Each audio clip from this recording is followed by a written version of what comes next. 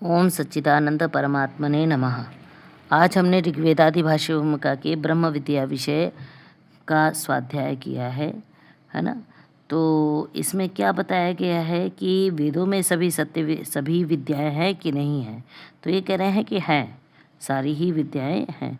उनमें जो वेदों में जो विद्याएं हैं उनमें सबसे पहले जो विद्या है वह ब्रह्म विद्या है। तो ब्रह्म विद्या के विषय में लिखते हैं तमीशानम जगता तस्थुषस्पतिम धियम जिन्वम।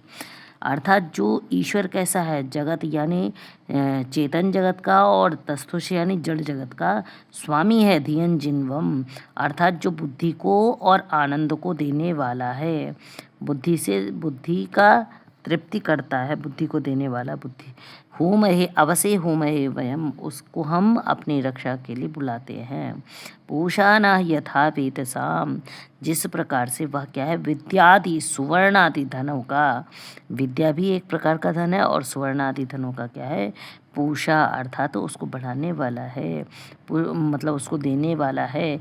असद वृद्धि, उसको बढ़ाने के लिए वो विद्यमान है। अस्ति असत यानी अस्ति, वृद्धि यानी बढ़ाने के लिए है। रक्षिता रक्षा करने वाला है। पायुः, तो पायुः अदब्ध स्वस्थ, ये अर्थात हमारी रक्षा के लिए, सब सुखों के लिए। जो अदब्धा यानी अनलसह यानी आलसी नहीं है, पालन करने वाला है। स्वस्थ ये कल्याण करने के लिए, हमारा कल्याण हो इसके लिए हम अपनी रक्षा के लिए उसको बुलाते हैं।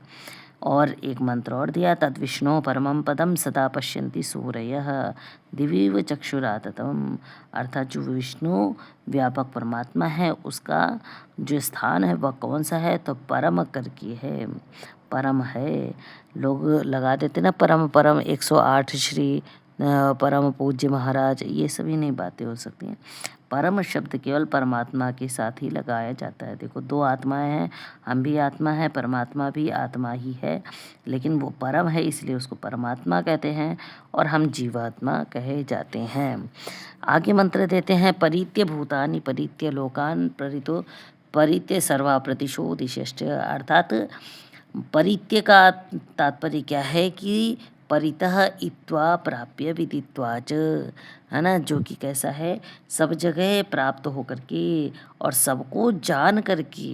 तो परित्य भूतानि, समस्त भूतों को, जो पंचमहाभूत हैं उनको भी उनके अंदर भी प्रविष्ट है और उनको जानता है। लोकान परित्य, 3 लोक जो हैं आपके, उनको भी वो जानता है, उनके अंदर प्रविष्ट है। परित्य सर्वा प्रतिशा दिशश्च, चाहे जितनी भी दिशाएं हों, चाहे उपदिशाएं हों, प्रदिश और दिशाएं, तो सबके अंदर वो विद्यमान है और सबको जानता है। प्रथमजाम ऋतस्य प्रथमजाम, अर्थात आत्मना उपस्थाय, जो जीवात्मा आत्मना अर्थात अपनी आत्मा के माध्यम से, ऋतस्य प्रथमजाम, है ना, जो कि ये क्या है, संपूर्ण संसार का जो प्रथमजाम अर्थात जो प्रथम सृष्टि हुई थी, सृष्टि में जो आदि सृष्टि कहने का तात्पर्य है, उसमें भी उसको भी जो बनाने वाला है। प्रथमजा अर्थात प्रथमानि सूक्ष्म भूतानि जनयति, जो प्रथम सूक्ष्म भूतों को बनाता है उसको उपस्थाय प्राप्त करके आत्मानम अभिसंविवेश, जो उस परमात्मा के निकट बैठता है, अर्थात उसको अपनी आत्मा से मानता है अंतःकरण से, तो आत्मानम अभिसंविवेश, वही परमात्मा को, मोक्ष रूपी सुख को अभिसंविवेश प्राप्त कर पाता है।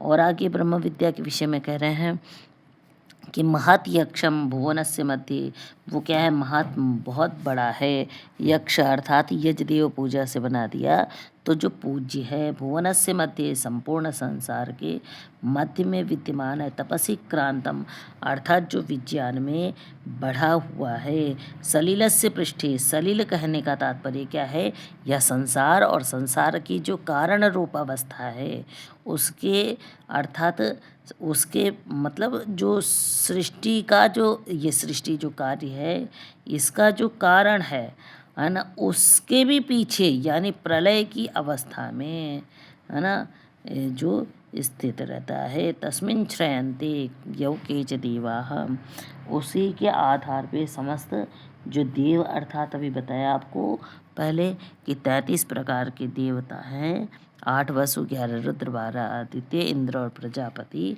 तो वो सारे के सारे उसमें ही श्रयन्ते आधार पाते हैं, है ना। कैसे? जैसे वृक्षस्य स्कंधा परितः इव शाखा, जैसे पेड़ की शाखाएं पेड़ से जुड़ी हुई होती हैं।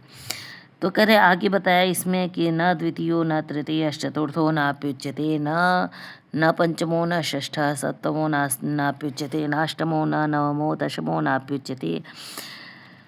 तो स सर्वस्मै विपश्यति यच्च प्राणिति यच्च न तमिदं निगतं सः स एष एक वृदेक एव सर्वे अस्मिन् देवा एकवृतो भवन्ति। कि परमात्मा एक ही है, दूसरा तीसरा चौथा पांचवा छठा सातवां आठवां नहीं है, नवा दसवां भी नहीं है। इस तरह से परमात्मा के एकत्व को यहाँ पर बतलाया गया है। बार बार एक संख्या का जो 3 बार इन्होंने पाठ किया है ना, कि सह एषः एकः एकवृत एक एव, इस तरह से 3 बार ग्रहण करने से यह समझ में आता है कि ना तो कोई दूसरा है, न उससे ज़्यादा है और न उसके बराबर है। 3 चीज़ें समझ में आती हैं, अर्थात न सजातीय, सजातीय मतलब उसके जैसा, विजातीय यानी उससे भिन्न कोई दूसरा, और स्वगत भेद शून्य अर्थात उसके बराबर, उसके जैसा भी कोई नहीं है। तो ये 3 भेद आपको क्लियर समझ में आते हैं। इति ब्रह्म विद्या संक्षेपतः।